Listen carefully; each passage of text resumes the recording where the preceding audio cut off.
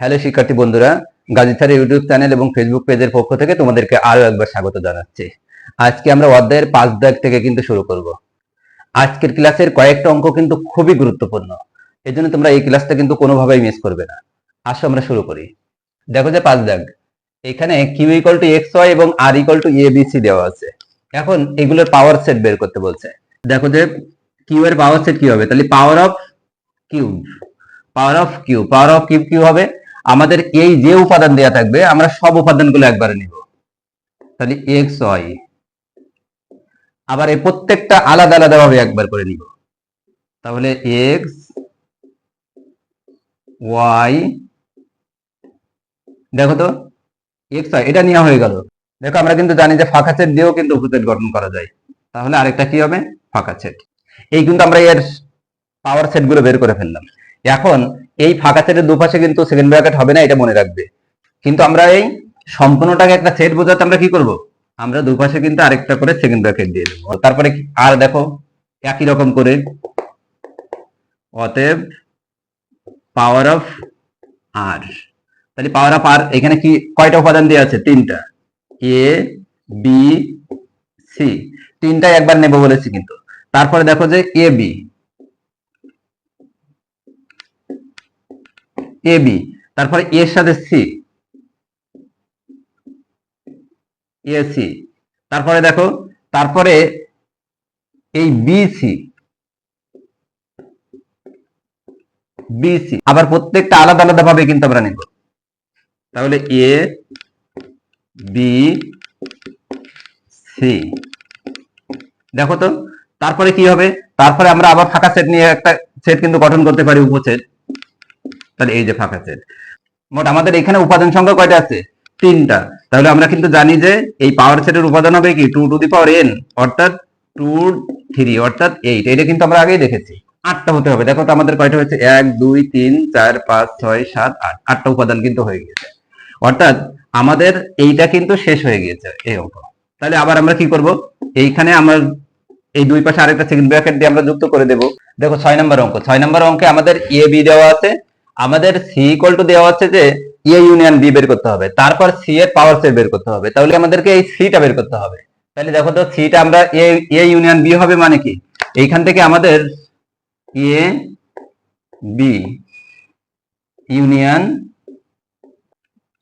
এ B C, তাহলে আমাদের উত্তর কি আসবে, দেখো ইউনিয়ন মানে আমরা কিন্তু আগে এগুলো দেখেছি যে সবগুলো নিতে হবে, কমন আনকমন সবগুলোকে নিতে হবে। তাহলে এ, এই দুটোর ভিতরে একটা কমন আছে, এ বি, দুটো থেকে আমরা একটা নেব বি, আর কি আর সি, এই যে এবিসি। আমরা এখন কি করব, যে এই যে এবিসি পেয়েছি, এই সি ইকুয়াল টু এবিসি পেয়েছি, এখন সি এর পাওয়ার সেট বের করতে হবে। তাহলে অতএব পাওয়ার অফ সি, যে আমরা কিন্তু এবিসি টাই আগে বের করেছি, আগেরটা কিন্তু আমরা আর যেটা বের করেছি সেটা কিন্তু এবিসি ছিল, অর্থাৎ সেই একইভাবে হবে এ বি সি, আমরা তিনটা উপাদানই নিব, A B B C, A C এর সাথে সি, আবার বির সাথে সি বিসি, তারপরে দেখো যে বিসি, তারপর প্রত্যেকটা আলাদা আলাদা নিব, এ বি সি, আর কি আর একটা কিন্তু ফাঁকা সেট, এটা আমরা আগে বের করেছি। তাহলে তোমাদেরকে আর বেশি কথা বললাম না, এটা দেখো 8টা পেয়েছি কিনা, 1 2 3 4 5 6 7 8। এখানে দেখো যে আমাদের প্রমাণ করতে হবে যে 2n কে সমর্থন করে, আমাদের প্রমাণ করতে হবে যে দেখাও যে, আমাদের এইখানে বলছে দেখাও যে সি পাওয়ার অফ সি এর উপাদান 2n কে সমর্থন করে কিনা। তাহলে দেখো 2n কে সমর্থন করে কিনা আমরা দেখাবো, যে এখানে সি এর উপাদান কত, সি এর উপাদান সংখ্যা সমান সমান কত, দেখো সি এর উপাদান কয়টা, 1 2 3, সি এর উপাদান 3, অতএব পাওয়ার অফ সি এর উপাদান কয়টা হচ্ছে, পাওয়ার অফ সি এর উপাদান আমরা কয়টা গুনতে, 8টা। তাহলে এই 8 মানে কত, 8 যদি আমি 2 এর পাওয়ারে নিয়ে যাই তাহলে কি হবে, 2 to the power 3, 2 to the পাওয়ার 3। তাহলে দেখো যে এইখানে আমাদের সি এর উপাদান আছে 3, আর পাওয়ার অফ সি এর উপাদান আছে কি, পাওয়ার অফ সি এর উপাদান হচ্ছে 2 টু দি পাওয়ার 3, অর্থাৎ এইখানে যে সংখ্যাটা থাকবে এইখানে কিন্তু সেই সংখ্যা থাকবে। অতএব সি এর উপাদান সংখ্যা n হলে পাওয়ার অফ সি, অর্থাৎ পাওয়ার অফ সি এর উপাদান সংখ্যা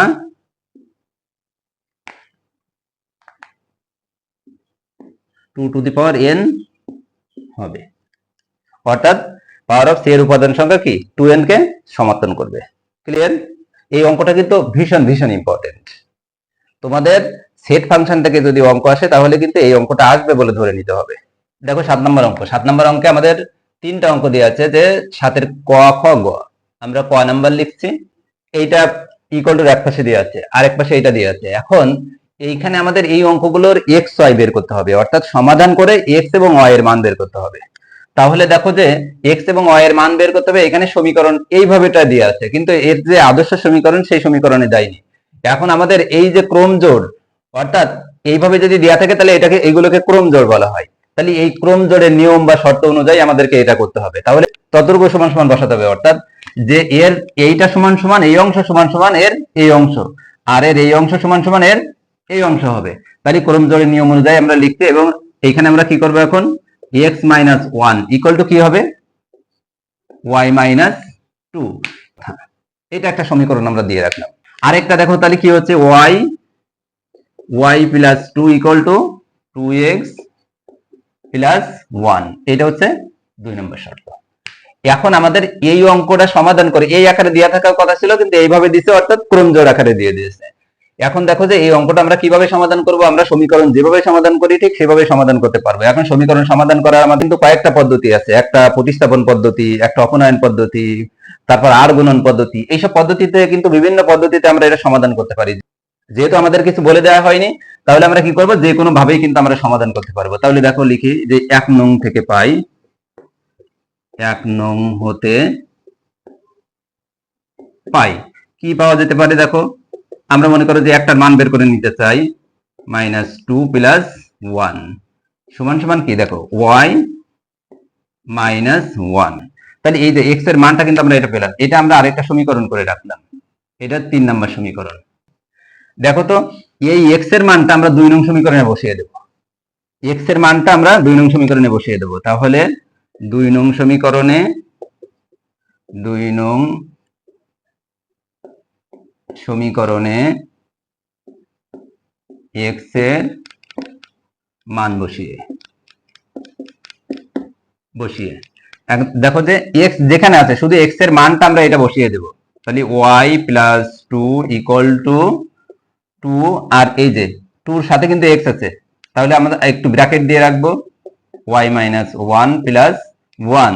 তাহলে এইখান থেকে দেখো যে বা y প্লাস 2 ইকুয়াল টু, আমরা এটার সাথে এটা গুণ করব, এটা গুণ করব, আমরা কিন্তু এটা জানি, -2 প্লাস 1। অর্থাৎ এই 2 এটার সাথেও গুণ হবে, এটার সাথেও গুণ হবে, তখন ব্র্যাকেটটা উঠায়, যেহেতু আমরা ব্র্যাকেট উঠাতে চাচ্ছি। তাহলে দেখো আমরা y এর মান বের করব। তাহলে y এর মান বের করব, y কে এক পাশে নিয়ে আসবো আর বাকি সবাইকে আরেক পাশে নিয়ে দেবো। তাহলে এই পাশে কত হচ্ছে, দেখো এইখানে থাকছে কিন্তু -1, আর এই পাশ থেকে আসলে কি হচ্ছে -2। তাহলে এখানে কি থাকছে, মাইনাস y ইকুয়াল টু -3। অতএব y ইকুয়াল টু 3। দুপাশে মাইনাস উঠে দিলে কি y ইকুয়াল টু 3। আমরা কিন্তু একটার মান পেয়ে গেলাম। তাহলে এখন আমরা এই 3 নং সমীকরণে যদি y এর মান বসিয়ে দিই, 3 নং সমীকরণে যদি আমরা y এর মান বসিয়ে দিই, তাহলে কিন্তু আমাদের কি হচ্ছে, আমাদের x এর মানটা আসছে। তাহলে 3 নং সমীকরণে 3 নং সমীকরণে